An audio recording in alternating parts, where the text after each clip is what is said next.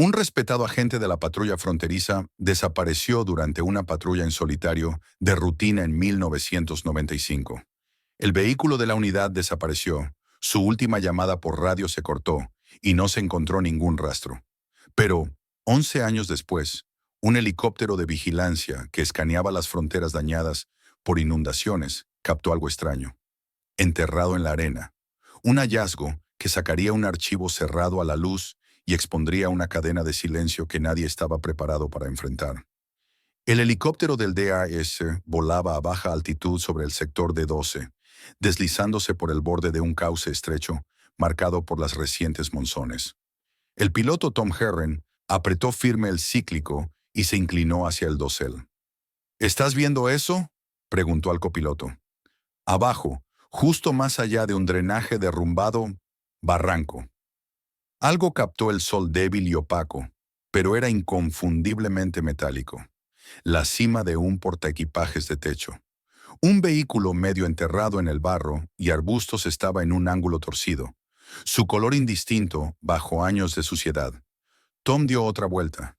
El panel lateral tenía un emblema fantasma de la patrulla fronteriza, casi ilegible. El código en la puerta debajo estaba prácticamente desgastado, pero lo que quedaba decía 4207.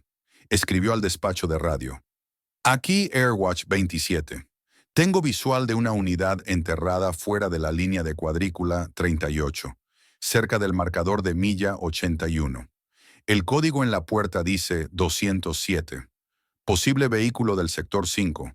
Solicito confirmación en tierra. En el momento en que Dana Reich salió del Tahoe, el perímetro ya estaba aislado con cinta naranja y una dispersión de personal del DAS en uniformes bronceados. Sus botas se hundieron ligeramente en la tierra blanda mientras cruzaba hacia el lugar de excavación, deteniéndose cerca de un equipo agachado en la parte trasera del vehículo. El Chevy Suburban estaba medio tragado por la tierra, su extremo delantero inclinado hacia abajo en el cauce. Una retroexcavadora estaba inactiva en las cercanías. Dos hombres con palas trabajaban en los pozos de la rueda trasera. La puerta trasera aún tenía restos de adhesivos de una unidad de patrulla, tan descoloridos que los números tuvieron que ser trazados con un dedo enguantado para distinguirlos. Un técnico de campo confirmó lo que el despacho ya había retransmitido. La unidad 4207 había sido dada por desaparecida en junio de 1995. El superintendente Len Brewer se quedó de lado, con los brazos cruzados, bajo el sombrero de campaña de ala ancha. Vio a Dana y asintió con la cabeza, más por obligación que por cortesía. No esperaba verte aquí, dijo. Me llamaron, respondió Dana, con la mirada fija en el vehículo. No me ofrecí. La mirada de Brewer cayó sobre la excavación. Algún piloto novato piensa que encontró un fósil. Probablemente una vieja unidad retirada que fue sacada de la carretera ese día. Todavía estaba activa cuando desapareció, dijo ella categóricamente. Brewer no respondió. El vehículo gimió cuando se forzaron las puertas traseras para abrirlas. Años de arena y corrosión habían vuelto las bisagras frágiles. Cuando se dio el seguro, el polvo salió como una bocanada de aire estancado. Dana levantó el pañuelo sobre la boca y se acercó. Dentro, el revestimiento de carga se había encogido con el calor y la decadencia. Manchas oscuras cubrían el plástico seco en tonos marrón rojizo. Un técnico entró con una luz portátil. «Esto es sangre», dijo después de un momento. Demasiado degradada para saber cuánto, pero pudo haber estado ahí mucho tiempo. Dana dio un paso atrás, dejando que la escena la absorbiera. Sin señales de animales, sin signos de lucha, solo tiempo y silencio. Mientras un equipo documentaba el exterior, otro comenzó a catalogar lo que quedaba adentro. Dana estaba al lado de la puerta del pasajero delantero, con los brazos cruzados, mientras un técnico abría con cuidado la guantera con una herramienta plana. Salió un cuaderno torcido, con páginas amarillentas por la humedad. El nombre en la portada estaba descolorido, pero la tinta azul débil en la primera página decía Prescott R. Fechas hasta mediados de junio. El trozo agrietado de un bolígrafo aún estaba sujeto en la espiral, junto al micrófono de la radio. El cable estaba roto en la base, gastado y enrollado detrás de la consola central. El último objeto retirado fue un arma 40S IW. la arma secundaria emitida por la patrulla fronteriza.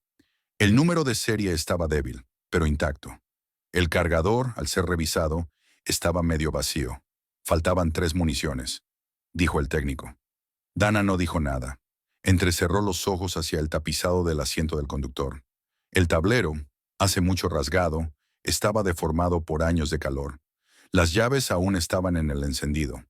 Brewer reapareció, manos en las caderas. Esto va a agitar cosas que no necesitan ser removidas, dijo en voz baja.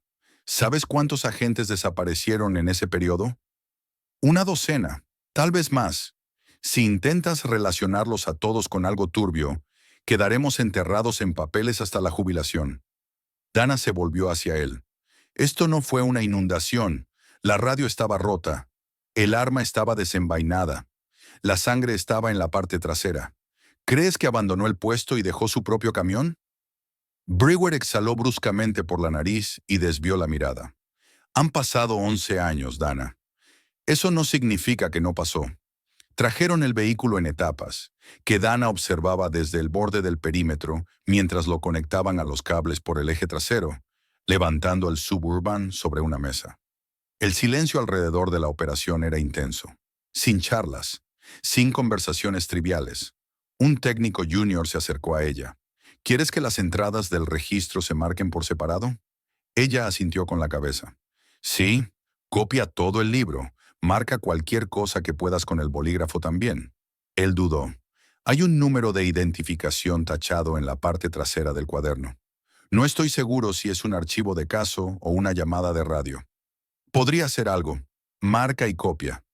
Todo va a la evidencia en Laredo. Cuando él se fue, Dana se quedó mirando el vehículo. Una de las puertas traseras colgaba ligeramente, apenas encajada. Ella caminó hacia ella, apoyó una mano en el marco y miró adentro otra vez. El aire estaba seco, pero sostenía un olor obsoleto que no podía nombrar. Vamos a embolsarlo, dijo finalmente. Dana se levantó en el mostrador, esperando mientras el dependiente detrás del vidrio hojeaba un conjunto de carpetas Manila, claramente impresionado por la urgencia en su formulario de solicitud.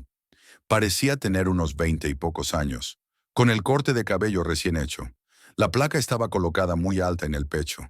La identificación decía M. Sweeney. ¿Dijo la unidad 4207 de la patrulla fronteriza? Preguntó, frunciendo el ceño. Así es. Rachel Prescott. Sweeney murmuró algo bajito y se volvió hacia un armario bajo.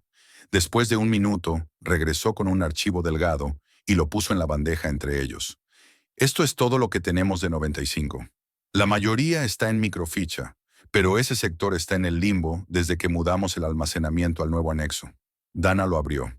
Era más delgado de lo que esperaba. 4 páginas, quizás 5, sin contar los formularios de integración estándar. Ella era recién llegada de Del Río, agregó Sweeney, asignada al sector J, cerca de Loma Alta. Sola. Patrullaje vehicular. Solo unas semanas antes de desaparecer. ¿Tienes su rotación de patrulla? Sweeney negó con la cabeza. Estaría en las listas de detalles. Necesitará solicitarlo a través de los archivos de despacho. Hizo una pausa, pero advirtió con justicia. Generalmente retroceden en las búsquedas previas al 200. Dicen que eso sobrecarga el sistema. Dana se sentó en una mesa al fondo de la sala de archivos, con una impresión desgastada del registro de radio del sector J, fechado el 17 de junio de 1995. La mayoría de las llamadas eran chequeos rutinarios, verificaciones de licencias, pings meteorológicos. De Rachel, nada. La última llamada confirmada fue de la unidad 1842-4207, reportando una inspección vehicular en el conducto 73, al sur del checkpoint Charlie. La voz fue transcrita manualmente. No quedó audio. Después de eso, silencio. Ninguna llamada de vuelta, ningún pedido de refuerzos, solo silencio absoluto. Dana anotó la hora y el lugar en su bloc de notas. Ella conocía la alcantarilla del área. El 73 cruzaba un canal seco cerca de la cerca fronteriza, aislado y difícil de ver desde la carretera principal. En ese tiempo era notorio por contrabando de cargas pesadas, dinero, armas, personas con nombres. Incluso ahora, solo agentes experimentados patrullaban allí, y nunca solos. Volvió a la lista de vehículos de ese día. La carretera iba hacia el este, escaneo estándar, pero el registro mostraba que el vehículo giró 2 millas hacia el sur, alrededor de las 17:20, sin explicación. Dana encontró a Westbrook en una tienda de neumáticos usados. Él salió corriendo de un lote lateral en Roma. Estaba inclinado sobre un balanceador de ruedas, con las manos manchadas de grasa y edad. Cuando ella se presentó y explicó el caso, él se limpió las palmas con una toalla y se apoyó en el mostrador. Me acuerdo de Prescott, dijo. Joven callada, no bebía, no chismeaba. Fue asignada fuera de la secuencia, pero eso pasaba mucho en esa época. Su ruta fue cambiada el día que desapareció. ¿Recuerdas por qué? No tengo idea, respondió Westbrook. Las asignaciones eran manuales esa semana. Quien manejaba el despacho era Calvin Sanders. Westbrook asintió con la cabeza. Sí, transferido algunos años después. Un tipo callado. Se quedaba solo. Dana sacó una copia de la supuesta carta de renuncia que la familia de Rachel había recibido. ¿Y firmaste esto?, preguntó. Westbrook entrecerró los ojos. No parece mi firma. Probablemente redactada por el administrador y empujada adelante. No hacíamos mucho escándalo con personas desaparecidas en esa época. ¿Qué recuerdas de la búsqueda? No hubo, respondió categóricamente. No era prioridad, de todas formas. La clasificaron como AWOL en 48 horas. Dijeron que probablemente se cruzó o huyó a algún lugar. Se encogió de hombros. Nadie preguntó de vuelta en la estación. Dana extrajo los registros de turno en papel para esa semana. Los formularios eran copias fotográficas, con tinta azul desvanecida. El del 17 de junio mostraba que Rachel llegó a las 14 horas, anotada como patrullando el sector J. Referencia de reja 449 a 453. El registro estaba firmado al pie. Supervisor C. Sanders. Dana marcó junto a su nombre. Siguió leyendo. Prescott había registrado una única parada en el campo interno a las 16:35. Revisión rutinaria de neumáticos en una camioneta Ford 94. El número de placa fue transcripto, pero no se emitió ninguna citación. La última entrada. 1842. Conducto 73. Después de eso, la página quedó en blanco. Observó que la firma en las páginas de esa semana parecía de la misma mano. Sanders otra vez. La sala de archivos del despacho era un búnker sin ventanas, 2 pisos abajo. El aire olía a electrónicos en desuso y polvo de archivador. Una analista junior llamada Terry Holcomb digitó su credencial y llevó a Dana por filas de unidades obsoletas del Real Torre, apiladas como piezas de museo. Tenemos la mayoría de los 90 en archivos reales, dijo ella, pero el verano de 1995 tuvo problemas de fallas de equipo. ¿Qué tipo de fallas? Holcomb golpeó una caja metálica etiquetada Q3195. Las cintas de ese trimestre fueron declaradas ilegibles, daños causados por el calor. El compresor salió de servicio y nadie se dio cuenta hasta que fritó toda una estantería de grabaciones. Todas ellas, principalmente de los sectores J y K. El resto fue recuperable. Rachel Prescott estaba en J. Holcomb, lanzó una mirada comprensiva. Sí, vi eso en la solicitud de extracción. No apareció nada. Dana miró el gabinete por un largo momento y asintió. ¿Puedo tomar los números de serie de los rollos comprometidos? Holcomb abrió un libro de registro y anotó una secuencia de etiquetas alfanuméricas. Aquí está. De vuelta afuera, Dana se sentó en su coche alquilado. La ventana estaba entreabierta, lo justo para dejar que el calor se filtrara adentro. Colocó los papeles del caso Rachel en el asiento del pasajero, hojas de registro, última llamada por radio, cinta perdida, patrulla redirigida, una asignación solitaria cerca de un conocido corredor de contrabando. Ninguna búsqueda. Una carta de renuncia enviada a la familia. Nada de eso tenía sentido en conjunto. Si Rachel Prescott se había ido por su propia voluntad, no lo había planeado, y alguien estaba seguro de que nadie vendría a buscarla. ¿Crees que es solo una coincidencia que los archivos que contenían los últimos registros, conocidos de patrullaje, hayan sido dañados por el calor? O alguien está haciendo todo lo posible para enterrar la verdad, comenta abajo. Dana puede descubrir toda la verdad y hacer justicia por una colega agente desaparecida en el cumplimiento del deber, o el mal prevalecerá. Toca el botón de me gusta y quédate con nosotros, porque lo que sucede a continuación lo cambia todo. También dinos desde dónde nos estás viendo hoy. Dana estaba en el escritorio administrativo en la oficina de campo de Laredo, firmando el formulario de autorización con un control. El número del caso estaba inactivo desde 1995. Marcó la casilla final, circunstancias sospechosas reclasificadas. Una vez archivado, eso activaría notificaciones para los registros internos, supervisión y cadena de mando, quisieran o no. Dejó el formulario en la bandeja y entró en la oficina de Brewer sin tocar la puerta. Él estaba al teléfono, a mitad de una frase, pero hizo una pausa cuando la vio. «Llamo después», murmuró colgando. «Está reabierto», dijo ella. Brewer se recostó en la silla. «¿Qué quieres decir?» La desaparición de Rachel Prescott ahora está clasificada como circunstancias sospechosas. El informe se eleva esta noche. Brewer golpeó una pluma tapada contra la mesa, con los ojos fijos en los de ella. «Más te vale saber qué estás removiendo». «Lo sé», respondió ella. «Por eso lo estoy haciendo». Él no respondió. El silencio duró demasiado para ser neutral. Dana estaba revisando la carpeta de testigos secundarios cuando lo vio. Una única declaración manuscrita, archivada incorrectamente detrás de un informe sobre robos de llantas de 1996. La página estaba enrollada en los bordes, escrita en letras mayúsculas apretadas. Vi la sub de la patrulla fronteriza andando despacio, rumbo oeste, tal vez a las 8:30. Parecía el equipo de Prescott. Otro subi detrás, negro, sin matrícula.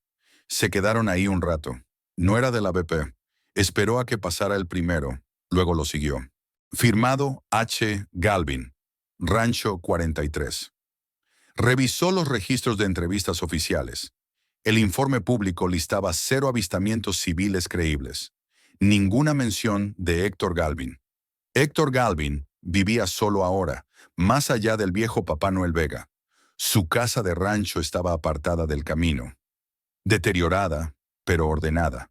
Abrió la puerta con un sombrero manchado de sudor y una camisa de franela abotonada hasta arriba. «Usted es la primera persona de la ley que viene por esto». «¿En qué década?», dijo en cuanto ella se presentó. «No vengo por el rancho, vengo por lo que usted vio». La invitó al porche y sirvió agua tibia de una jarra. Se sentaron sin ceremonia. «Dije lo que vi en su momento. Me dijeron que no encajaba». Se limpió la boca con un pañuelo, pero volvió a contar lo que recordaba. Estaba revisando la cerca al oeste del marcador de milla 41. Ya estaba oscureciendo y vi una de sus camionetas verdes Suburban. Como todas estaban de regreso, avancé despacio. Reconocí la barra de luces de la patrulla fronteriza. Aquí nadie conduce despacio sin razón. Y el otro vehículo, un Tahoe o Suburban, sin vidrios polarizados, se quedó estacionado detrás de mi remolque de riego por al menos 20 minutos, sin moverse, hasta que la unidad de BP pasó hacia el sur. Entonces arrancó y lo siguió. Me miró. No me dio buena espina.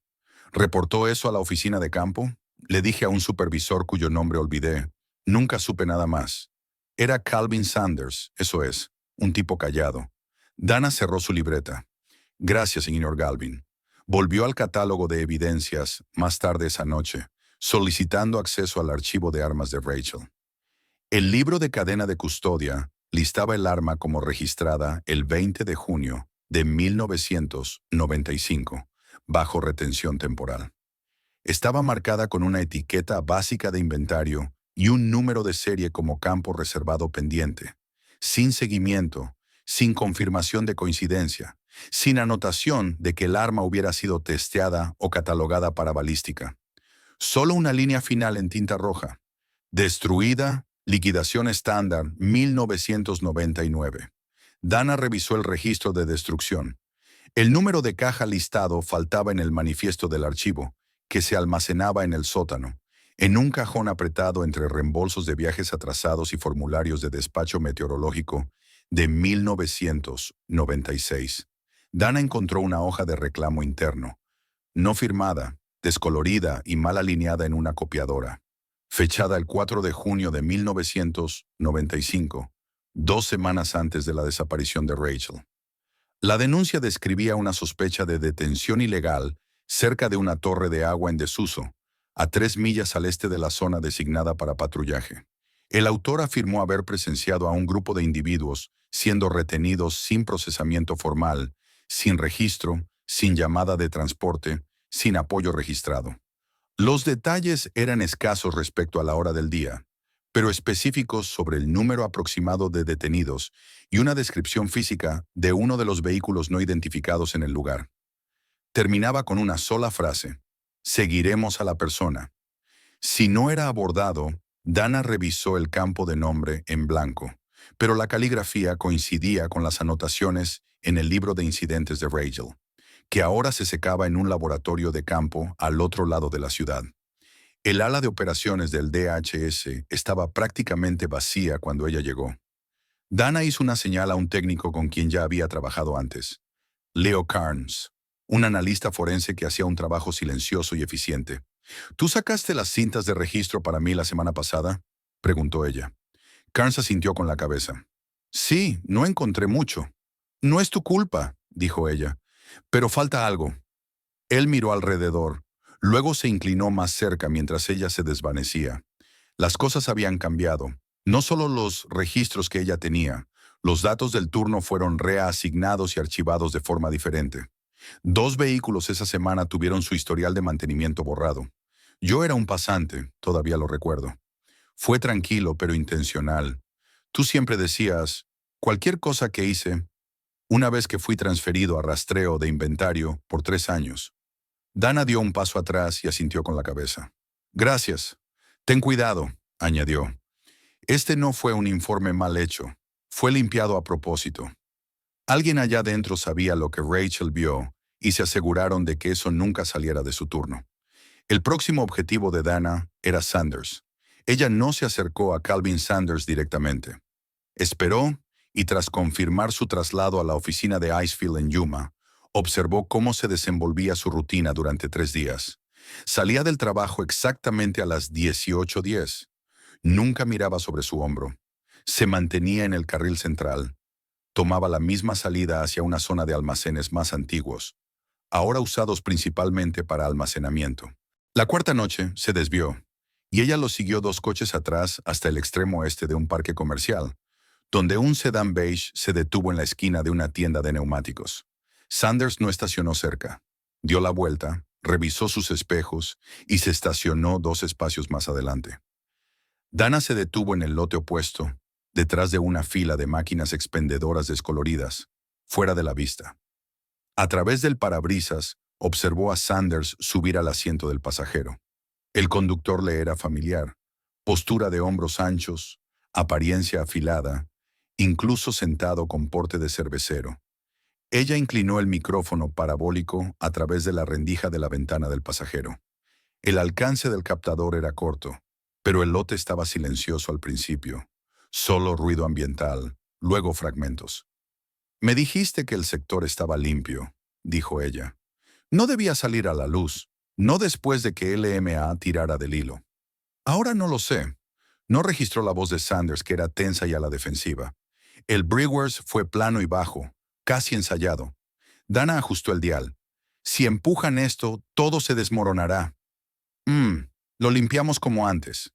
Ella apagó el micrófono, retrocedió y desapareció por un camino lateral poco después de la medianoche. El sub de Sanders giró hacia una carretera privada que conducía a lo que alguna vez fue una estación de bombeo. Dana lo siguió a distancia, sin luces de estacionamiento, a 1/4 de milla, caminando el resto bajo la luz de la luna desde una colina cercana. Observó a Sanders salir con una caja de plástico, apretada fuertemente con ambas manos. No dudó. Caminó directamente hacia el viejo revestimiento del pozo, cubierto de concreto, pero un tubo de drenaje estrecho permanecía abierto. Deslizó la caja en el eje que la sostuvo por un momento. Luego cayó. Se fue sin mirar atrás. A las 8 de la mañana, ella estaba en la oficina del sheriff del condado de Yuma. solicitando asistencia bajo un pedido del DOJ para una cláusula de cooperación. Los agentes que la acompañaron fueron discretos y eficientes. Al mediodía, la caja fue extraída del pozo. Los bordes estaban quemados dentro de restos carbonizados de registros de personal, una hoja de turno de BP laminada y fragmentos de una patrulla. Estaban escribiendo un mapa a mano. La tinta se corrió en algunos lugares. Pero un nombre destacaba: Prescott R., rodeado 2 veces en rojo. Dana no dijo nada. Solo tomó la hoja y la selló en una nueva bolsa de evidencia. Más tarde ese día, Dana se detuvo en una subestación regional buscando procesar registros de 1995. Estaba revisando los archivos de entrada de la sala cuando un joven agente tocó ligeramente el marco de la puerta. «Señora», dijo él. Ella se giró. Él entró mirando por encima del hombro primero. «¿Es usted quien está trabajando en el archivo Prescott?» «Así es». Sacó algo de su chaqueta, una cinta negra compacta, del tipo usado en grabadoras de campo antiguas. «Esto estaba en mi casillero esta mañana. No sé cómo llegó ahí, pero creo que alguien quiere que lo escuche». Ella pidió prestado un reproductor de cintas de la sala de archivos de la estación. Le tomó 2 intentos encontrar uno que aún funcionara. La cinta encajó en su lugar con un traqueteo. El audio estaba degradado, tembloroso e irregular, pero las voces venían en ráfagas cortas. La voz de Rachel era inconfundible. «No voy a encubrir esto». Pausa estática. «No me estás escuchando. Lo archivaré yo misma si tú no lo haces». Otra voz baja y masculina. «Necesitas pensar en lo que estás haciendo, Rachel». Esta vez más clara. «Ya tengo la cinta cortada, Dana». Ella expulsó lentamente la cinta, la deslizó en una funda de evidencia acolchada y escribió el nombre de Rachel en la etiqueta. Eli Vargas no hizo preguntas cuando Dana le entregó un mapa y un par de binoculares de largo alcance. Solo verificó su reloj y asintió con la cabeza. «¿Quieres ojos sobre él o registro de movimiento?» «Ambos», Dana dijo. «Observa cualquier vehículo sin marcar, sin fotos, sin mensajes, solo sellos de fecha, hora y matrículas». El objetivo era una torre de retransmisión de comunicación desactivada en 1997, fuera de un parche al norte de Quimado. Oficialmente, la torre fue desactivada con la revisión del sistema, pero los residentes aún la mencionaban. El relé 9 en la base de la estructura fue reforzado con bloques de concreto a fines de los años 80, probablemente para soportar el equipo de transmisión. Eli sabía lo que eso significaba. La gente decía eso. «¿Se usó para procesamiento fuera de la red?», le preguntó a Dana, quien asintió con la cabeza. Peor aún, parecía que... «Sobre el mapa nuevamente. Dame unas horas». Dana lo encontró poco antes del anochecer. Su Tahoe estaba estacionado detrás de una fila de mezquites. La estructura de la torre crujía levemente con el viento, y el metal estaba oxidado. Las juntas de celosía no tenían líneas eléctricas activas. Ahora estaban sin guardias y sin vigilancia visible. «El lugar lleva años abandonado», dijo Eli, «pero la puerta fue abierta recientemente. La arena cambió en el umbral. Alguien pasó por aquí. No es habitual. Entraron sin linternas». La cámara de la base estaba vacía, salvo por algunos restos de cableado y una mesa plegable agrietada, donde el polvo se había acumulado pesadamente. Todo, excepto la esquina más alejada, donde un panel eléctrico estaba suelto en sus bisagras. Dana abrió el panel con una linterna de bolígrafo entre los dientes. Dentro, metido detrás de un tubo de conducto, había una bolsa de evidencias sellada del DHS. Estaba caliente, sellada y marcada con un código de barras interno descolorido. Ella la deslizó cuidadosamente hacia adentro. Una etiqueta de identificación de placa de la patrulla fronteriza, manchada y agrietada, pero legible. El número decía 7391, Jonah Avery. El nombre impactó con fuerza. Dana no conocía a Avery, pero conocía el caso. Fue reportado como ahogado cerca del lago Falcon en 1994. Su camioneta fue encontrada atascada en el lodo, pero nunca se recuperó ningún cuerpo. Ella pasó el número de placa por los sistemas internos. A la mañana siguiente, el resumen del caso tenía 2 párrafos. Un informe de una página archivado por un supervisor de campo. Sin autopsia, sin recuperación de buceo, sin informe de incidente. Más que un recibo de café, lo que destacaba no era la brevedad, sino el momento. Avery había presentado un aviso de mala conducta semanas antes de desaparecer, una queja escrita a mano sobre detenciones irregulares y transportes fuera de carretera. La misma frase que usó Rachel. Dana esparció los archivos por la pared de su motel. 4 oficiales de 1993 a 1996, Avery, Prescott, Paul D.S., Lucille Rayner, todos listados como bajas voluntarias, supuestos accidentes o despidos internos. Todos tenían turnos conocidos de patrullaje cerca de puntos de rejilla no monitoreados y habían presentado informes disciplinarios en los meses previos a sus desapariciones. Algunas páginas fueron fotocopiadas tantas veces que la tinta se corría. Otras tenían bloques redactados en lugares extraños, cortando el contexto a mitad de frase. Lo que no estaba allí decía tanto como lo que quedó. Marcó un elemento común en tinta roja en cada esquina. Sin cuerpo, sin investigación. Brewer estaba hablando en un evento de prensa conjunto para una comunidad, campaña de divulgación, cuando Dana lo confrontó. No esperó a que le pasaran el micrófono. Se movió hacia el lado del púlpito, llamando su atención. Él dudó, la voz vaciló apenas un poco en mitad de la frase, luego continuó. Ella esperó cuando bajó del escenario y se emparejó con su paso. ¿A cuántos más enterraste?, preguntó en voz baja. Brewer no parpadeó. Disculpe, ¿usted sabe quién era Jonah Avery? ¿Sabe lo que ocurrió en el Relé 9? Él dejó de caminar. No sé de qué habla Prescott, D.S. Rayner. Sus nombres aún están en las nóminas inactivas, sin jubilación, sin certificados de defunción, sin procesamiento, solo silencio. El rostro de Brewer no cambió, pero la voz se hizo más baja, más halagadora. Tenga cuidado antes de hacer acusaciones serias. Ella sostuvo su mirada. No son acusaciones, son conexiones. Entonces se alejó, dejándolo observándola irse, rodeado de aplausos.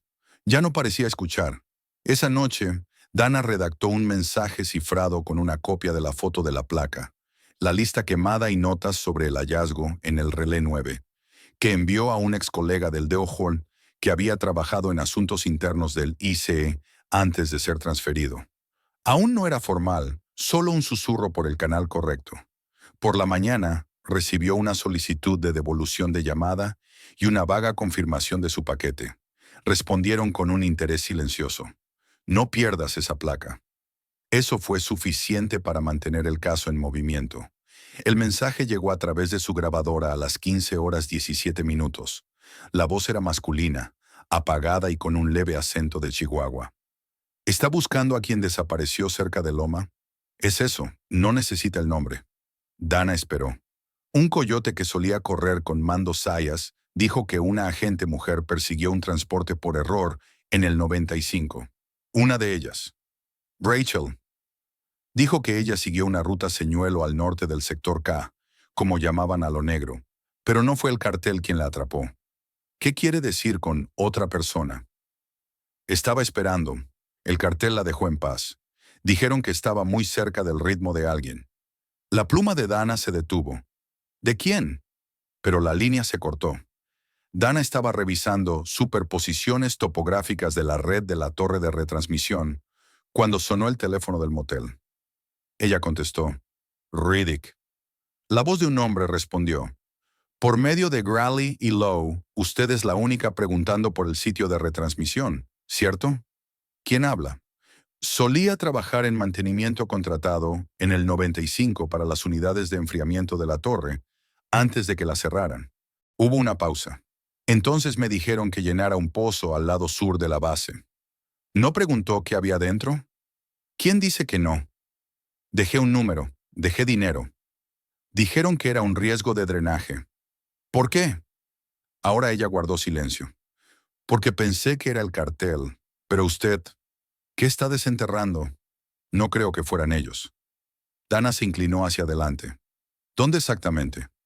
La ladera al este de la pared externa, a 3 pies debajo de una rejilla de drenaje. Probablemente ya cambió. Ahora la línea se cortó. Dana pidió un favor a Hud Wallace, un técnico forense del condado en quien confiaba, que había trabajado en excavaciones de pozos de quema en el 98 y sabía cómo moverse sin hacer ruido. Llegaron al lugar antes del amanecer. El camión estaba marcado a la vista, con una evaluación de riesgo estructural y un logotipo magnético desgastado en el lateral. Tan pronto como estacionaron, Hood abrió la escotilla trasera y le entregó una pala plegable. ¿Qué estamos buscando? Una lona sellada enterrada superficialmente, de mediados de los años 90. Comenzaron en la ladera cerca de la base de la torre. La arena estaba compacta, pero visiblemente diferente, más gruesa, con una textura irregular donde el agua una vez arrastró. A los 32 minutos, Dana golpeó algo denso. Soltó la pala y cayó de rodillas, cepillando las capas con la mano. Miró a Hood. Marca esta cámara. Trabajaron metódicamente exponiendo el contorno de una mochila grande, con el cierre descolorido por el sol, pero intacta. Dana alcanzó el costado de la costura y tiró para abrir. El aire dentro estaba viejo, seco y agrio. En el interior, envuelto en un poncho militar deteriorado, había restos humanos, extremidades parcialmente momificadas, dobladas torpemente para caber en el espacio. Las ataduras de cinta adhesiva aún sujetaban los huesos de la muñeca. Dana dio un paso atrás, estabilizando la respiración. Ahora con guantes, retiró una capa cerca del torso. Anidada en las costillas, había una insignia rota, parcialmente derretida por el calor. Dana no necesitaba leer. Ya sabía a quién pertenecía. Rachel. Embolsaron los restos con cuidado, capa por capa, preservando todo lo que aún no había sido corroído por el tiempo. Cuando Hud dio vuelta el poncho por el cuello, algo pequeño cayó. Un reloj de pulsera plateado, con las manecillas detenidas a las 19:16. El laboratorio del condado estaba frío y estéril. La forense Alicia Frey revisaba los resultados del escaneo mientras hablaba. La voz era práctica, pero no indiferente. La estatura y la dentadura consistentes, con la caries tafonómica de Prescott, se alinean con una ventana de exposición a mediados de junio. Dana permanecía detrás del vidrio, brazos cruzados, inmóvil. Sobre la causa de la muerte, preguntó a Frey, quien hizo clic en una sección transversal de las vértebras torácicas, heridas por arma de fuego, en la entrada de la columna vertebral, desde la parte superior de la espalda hacia abajo. La trayectoria, sin estilo de ejecución, con salida a corta distancia inferior a 3 pies, no presentó salpicaduras, pero el ángulo fue consistente y el patrón de residuos también. Dana asintió cuando Frey añadió que encontraron una bala parcial alojada en L2, que estaba degradada, pero la aleación y el espaciado de las estrías coincidían con munición .40 de la patrulla fronteriza SNW del periodo.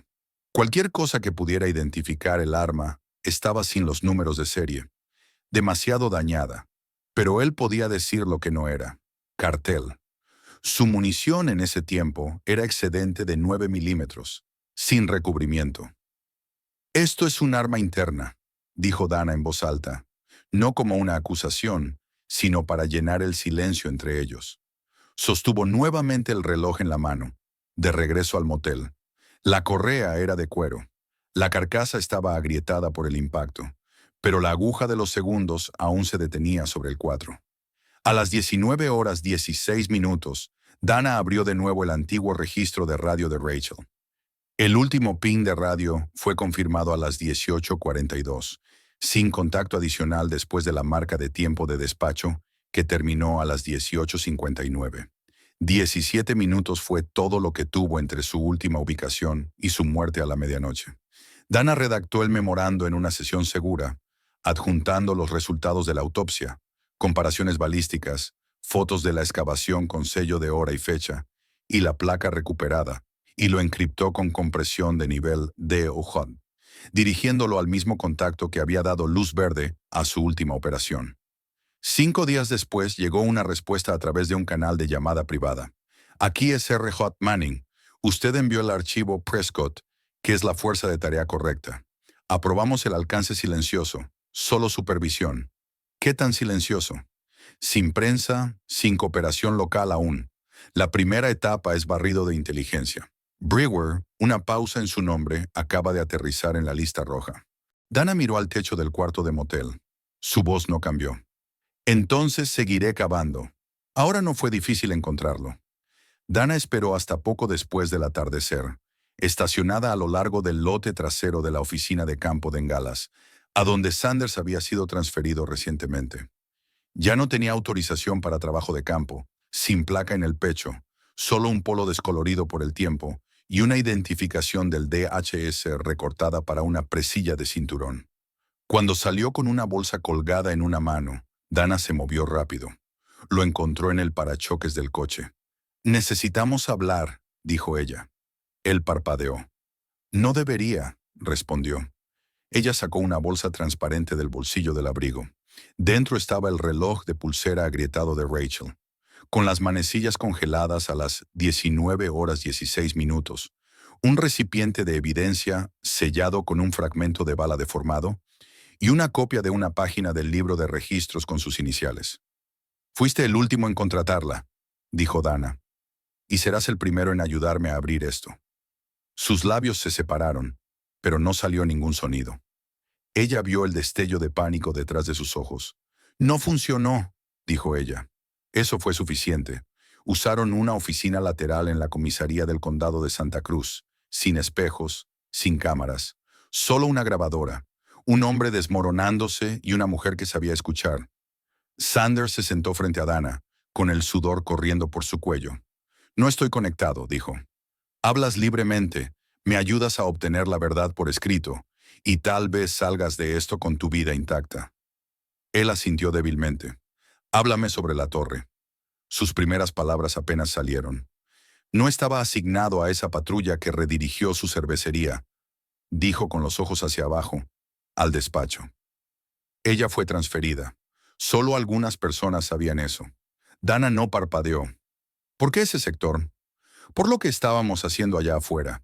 Esa torre fue usada para procesamiento no sancionado, fuera de los libros, sin cadena de custodia. Los migrantes entraban por un corredor conocido. Eran separados antes de entrar al sistema. ¿Quién estaba involucrado? Algunos usaban nuestros uniformes, otros eran del cartel». Bebió de nuevo, derramando algunas gotas sobre la mesa. «Ella me llamó», dijo. «Después del anochecer escuchó voces dentro de la torre. Movimiento que no había reportado en su informe, pero quería que yo viniera a echar un vistazo antes de escalar lo que encontró». «Celdas», susurró, «construidas directamente sobre la base de concreto. Solo una o dos personas dentro. Niños, en su mayoría sin etiquetas, sin archivos». Dijo que llevaban allí días. Dana mantuvo la voz firme. Ella planeaba denunciarlo. Dijo que si yo no lo hacía, lo haría ella. Brewer apareció 20 minutos después y me dijo que limpiara. Dijo que no sabía en qué me estaba metiendo. Sanders apretó las manos y caminó hacia afuera. Su arma estaba en la funda, pero su mandíbula estaba tensa. Brewer seguía diciéndole que era una operación autorizada, que si archivaba algo, las consecuencias también arrastrarían a su familia. Hizo una pausa. Ella dijo que no. Se giró para entrar en su camioneta. «¿Qué pasó?» «Me fui», dijo él. Brewer Hueco se quedó atrás. Esperé en la cima. Minutos después escuché un disparo. Ella no hizo el check-in al día siguiente, ni reportó ninguna emergencia. Flag Brewer archivó su ausencia como licencia no autorizada. Ella se fue y tú... Recibí una llamada de una línea segura que dijo que lo encontrara en la base del relé 9. Tenía una lona en la parte trasera de la unidad. Ella estaba dentro. Ya se había ido. Dana no interrumpió. Dejó que el peso del silencio se extendiera. ¿Alteraste los registros? Sí, cambié la marca de fecha-hora, archivando con 2 días de retraso para que pareciera que nunca regresó. Falsifiqué las iniciales de 2 supervisores. Brewer me dio el papel. Solo hice lo que me dijeron. Dana colocó un archivo frente a él. Disparo en la cabeza, personas desaparecidas, informes oficiales, memorandos medio redactados. ¿Reconoces estos nombres? Asintió sin vacilar. Avery señaló discrepancias en los manifiestos de admisión. Rainer presentó una advertencia de mala conducta después de que se le ordenó retrasar el transporte al centro de procesamiento. Paul D.S. empezó a hacer preguntas sobre recibos de combustible vinculados a vehículos fantasma. Ninguno de ellos duró el año. Dana pasó la página. ¿Y los papeles de respaldo? Sanders exhaló. Nathan Cordry, logística del DHS, él movía suministros. Nadie vio nunca a Jacob Hanley, vicealguacil de Valverde. Se encargaba de escoltas por carretera para furgonetas sin marcar, federales no oficialmente, pero nunca lo sabrías por las credenciales que llevaban. Ella rodeó dos nombres en su lista. El cartel, asintió él. Nos pagaron para no interferir, no investigar, no hacer preguntas. Una hora después, ella lo escoltó hasta la salida lateral. Un SUV negro esperaba con un agente federal al volante, sin luces, sin insignias. Sanders no preguntó a dónde iban. Subió al asiento trasero con la cabeza baja y nunca miró atrás. Dana se quedó en la acera, con los brazos cruzados. La confesión era real, pero la maquinaria que describió era más grande que cualquier hombre. Solo era una grieta en la presa. Algo o alguien más oscuro aún estaba detrás de todo. Dana sabía exactamente quién era. El viaje a Amarillo tomó 6 horas, con Dana haciendo solo una parada para repostar y verificar con su contacto del dojo. No ensayó lo que diría. No había un guión para esto. Eric Prescott abrió la puerta con un cansancio silencioso. Parecía un hombre que había vivido los últimos 11 años entre la esperanza y la resignación. A principios de sus 50 años, su rostro castigado por el tiempo reconoció la placa en la cadera de Dana antes de decir hola. ¿Eres de la patrulla fronteriza?, preguntó con voz plana. No, respondió Dana. Lo fui. Ahora estoy en la rotación de la Fuerza de Tarea del Dejón. Sus ojos cayeron sobre la carpeta de papel manila en su mano. ¿Estás aquí por Rachel? Ella no respondió. Solo abrió la carpeta y sacó la bolsa de evidencias de dentro. El reloj de pulsera plateado estaba agrietado. La carátula se detuvo en 1,96. Eric lo miró por un largo tiempo. Luego asintió con la cabeza una sola vez. La encontraste. ¿No te sentaste con ella en la pequeña cocina? Mientras miraba la mesa, exhaló por la nariz. Dijeron que se fugó, que nos abandonó. Mi padre creía que ni siquiera fue al memorial que organizó la estación. Dijo que nos avergonzó. Dana esperó, pero no dijo nada. Ella no huyó. Intentó hacer lo correcto, pero su voz fue silenciada. Él asintió de nuevo, esta vez más despacio. Las lágrimas vinieron en silencio, no por rabia, sino por alivio. Dana se quedó sentada frente a él, sin decir nada, observando cómo el peso de los años finalmente se deslizaba de los hombros de otra persona. Lo sabía, dijo en voz baja. Incluso en aquel entonces, ella habría dicho adiós. De regreso en El Paso, Dana recibió un sobre acolchado sin remitente, con sello rastreado hasta Love. Dentro había 5 fotografías granuladas, con marca de fecha de 1995, sin nota. Reconoció a Rachel en una de ellas, vistiendo su uniforme de servicio cerca de la base de la vieja torre de comunicación. Su expresión era ilegible. Junto a ella estaban 3 hombres, rostros inclinados alejándose de la cámara. 2 llevaban pantalones tácticos sin parches. Uno de ellos vestía una chaqueta de la patrulla fronteriza, pero la insignia estaba fuera de lugar. Dana notó inmediatamente la fuente incorrecta, la ubicación equivocada, como si se hubiera hecho para apariencia, no para legitimidad. Realizó el reconocimiento facial a través de los archivos. Nada, sin nombres, sin aciertos. Pero él le dijo que todo lo que necesitaba era que Rachel no estaba sola. La estaban observando mucho antes de desaparecer. Comenzó con un olor árido y rastrero. Dana acababa de entrar en su patrulla después de una llamada tardía con su contacto del DOE cuando el humo comenzó a salir por las rendijas. Abrió la puerta, cayó sobre el asfalto y observó. La parte delantera estalló en llamas. El equipo de bomberos llegó 7 minutos después. No necesitaron mucho tiempo para descubrir que no era un problema eléctrico. Se había derramado un acelerador debajo de la columna de dirección, probablemente activado por la ignición, la rejilla de entrada de aire cronometrada o por un incendio provocado a distancia. De vuelta en la estación, la respuesta fue moderada. «Estás haciendo enemigos», dijo el capitán interino, un hombre llamado Milt Connors. «Grandes, que hemos tenido federales antes, pero nadie ha tirado de los hilos como tú». Ella no respondió. Solo firmó el informe del incidente y solicitó un vehículo de reemplazo.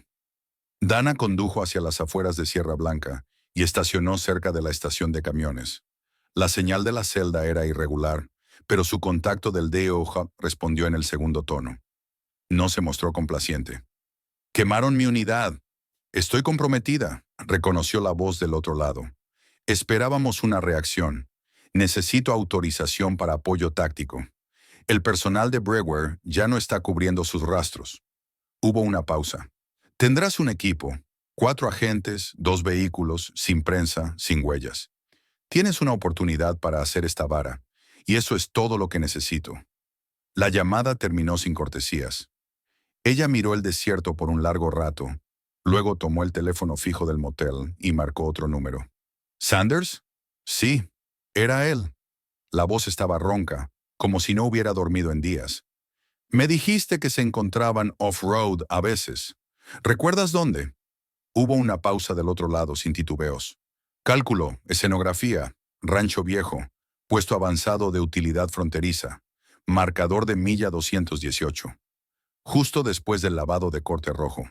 Está abandonado desde el 96, pero Brewer siempre ha preferido usar lugares con pisos de tierra, más fáciles de limpiar». «¿Estás segura?» «Claro», dijo Dana, anotando las coordenadas y mirándolas por un largo tiempo. No había forma de volver caminando hasta la vieja cabaña de preparación en el marcador de milla 218. No había visto tráfico por allí en años. Antes el lugar se usaba para almacenar agua embotellada y kits de primeros auxilios para unidades de patrulla. Ahora era una concha oxidada, rodeada de arena, mosquiteros y recuerdos. Sin señal celular, sin cámaras, sin luces por millas. Perfecto para personas que no querían ser vistas. Dana llegó primero, acompañada del vicepresidente de EUU, el Marshal Rob Tieran, delgado, pocas palabras, alrededor de los 40 años. Las operaciones fueron acompañadas por 2 agentes tácticas del equipo del DOJ, agente Wolf y agente Monroe. Ellas mantenían un perímetro amplio, ejecutando comunicaciones silenciosas por medio de auriculares analógicos, sin confiar en líneas digitales. Todos habían estudiado las rutas de aproximación. No habría segundas oportunidades. Dentro de su SUV, Dana agarró el burner, el teléfono que Sanders usó para atraer a Brewer a la trampa. El mensaje era simple y antiguo. Los papeles deben moverse antes de la auditoría local habitual, sin retrasos. Brewer confirmó en 20 minutos. Una hora después, su respuesta llegó por el relé. 218 es una unión extra. Mantén limpio. Ella miró el reloj. 21:44. «ETA 10», murmuró Tieran a su lado. Él revisó su arma y asintió hacia el visor de campo, montado en un trípode que iluminaba el West End. Todos guardaron silencio a las 21:54. Un SUV cubierto de polvo se detuvo tímidamente en la sombra de la cabaña. Un Chevy Tahoe, de modelo reciente, superó al superintendente Lem Brewer, vistiendo pantalones bronceados y gorra negra, con el suéter bajado. Caminó lentamente, inspeccionando el perímetro antes de dirigirse a la cabaña. 2 minutos después apareció un segundo vehículo, más viejo, sin identificación, con placas desgastadas por el desierto y cubierto de polvo. Un hombre salió vistiendo jeans y chaqueta ligera. Llevaba una mochila de estilo militar colgada de un hombro. Dana amplió la mira. El hombre tiene cerca de 50 años, cabello corto, sin manchas de identificación, sin distintivo. «Hombres no identificados son mensajeros», dijo en el micrófono, acercándose a la reunión. Los 2 se encontraron cerca del borde de la cabaña, con voces bajas. Monroe, apostada detrás de un cerro, con un micrófono direccional, susurró, obteniendo fragmentos de auditorías no limpias. «Mueve lo que queda. Destruye la lista antes de la rotación». Luego preguntó, «¿Quemaste la patrulla?» La voz de Brewer fue clara. «Hice lo que tenía que hacer». Hubo una pausa. «Llámenlo», dijo Dana. Tieran fue el primero en moverse, flanqueando ampliamente y levantando su arma de servicio. «Nosotros, los Marshalls, no nos movemos». Al otro lado, Wolf y Monroe barrían con rifles, cubriendo ángulos dibujados y bloqueados. Dana salió del SUV y se acercó rápidamente. Brewer se congeló, pero el mensajero corrió, lanzando la mochila y cortando una zanja hacia un corredor en la ladera lejana que Wolf indicó con ladridos hacia el norte. Tyran persiguió al mensajero, quien corrió 40 yardas antes de ser derribado con un placaje. La arena dura fue pateada hacia arriba. Dana escuchó el clic metálico de esposas cerrándose detrás de la cabaña. Brewer permaneció inmóvil, con las manos levantadas, sin parecer sorprendido. Dana entró con el arma en mano, pero la bajó. Len Brewer, estás arrestado por conspiración, obstrucción a la justicia y asesinato de la agente Rachel Prescott. No discutió, solo dijo, fuiste más lejos que la mayoría, dejaste un rastro. No sé la mitad de eso, para eso están los tribunales. Sonrió una vez, giró las muñecas presentadas y se dejó esposar. Dentro de la mochila se encontraron registros manuscritos de entrada fechados entre 1993 y 1996. Un nombre listado, la mayoría sin números de casos asignados. Algunos tenían una X roja tenue. Había otros artículos. Una cinta VHS etiquetada Relevo Filmación 5:1 de 1995. Una placa medio derretida, 2 rollos de película no revelados y varios papeles con valores de dinero fechados y rubricados. Una de las iniciales correspondía a la caligrafía de Brewer a partir de registros antiguos, suficiente para abrir el caso completo. El DOJ presentó cargos rápidamente, archivados dentro de 48 horas. Brewer fue detenido sin derecho a fianza en un centro de detención federal en Laredo. Sus abogados solicitaron un aplazamiento, citando preocupaciones de salud, pero fue denegado. Sanders fue transferido a una instalación segura y entró en un acuerdo judicial sellado. Su testimonio llevó a 2 arrestos más. Un excontratista del DHS y un subjefe de alguaciles atrapado manipulando registros de migración interna de los años 90. En el juicio, Brewer mantuvo su inocencia, alegando que Rachel reaccionó exageradamente a las operaciones destinadas a contener la situación en una época peligrosa. Pero el jurado no creyó. La confesión, las pruebas físicas y los restos recuperados hicieron que el caso fuera irrefutable. Fue declarado culpable de todos los cargos: conspiración para obstruir, falsificación de registros gubernamentales y asesinato en segundo grado de un oficial federal, siendo condenado a cadena perpetua sin libertad condicional. Sanders tiene 30 años y es elegible para libertad condicional en 20. Era un martes de febrero. El viento estaba claro, el cielo despejado, el suelo seco y duro. El funeral tuvo lugar en un lugar privado, terreno al norte de Amarillo, modesto, sombreado por mosquetes, sin prensa, sin guardias de color. Su hermano Eric sostenía una mano sobre el ataúd. No habló, no lloró. Dana permaneció a su lado, estuvo durante el entierro, acompañó la oración final. Durante la dispersión silenciosa que siguió, Eric se giró para irse y se detuvo en su hombro. Hiciste lo correcto por ella, dijo. Dana respondió con un único gesto de cabeza. Ella merecía justicia. Luego lo vio volver a su camioneta y partir sin mirar atrás. En una mañana calurosa de primavera, Dana empacó la última caja de sus aposentos designados en el Departamento de Justicia. Su rotación había terminado, la investigación también. Dejó su placa atrás, salió de El Paso en silencio, ventanas medio abiertas, el viento pasando. Atravesando la cabaña, el desierto rodaba a su lado como una cicatriz antigua. En algún lugar más allá del marcador de milla 224, un borde verde y blanco fresco de la unidad de patrulla alcanzó la cima de la colina opuesta. Dana notó en la periferia a una joven al volante, tal vez de 22 años, alerta, con la espalda recta. La radio zumbó suavemente en su hombro mientras pasaban una junto a la otra. El agente asintió con la cabeza. Dana devolvió el gesto sin reducir la velocidad. Pensó para sí misma.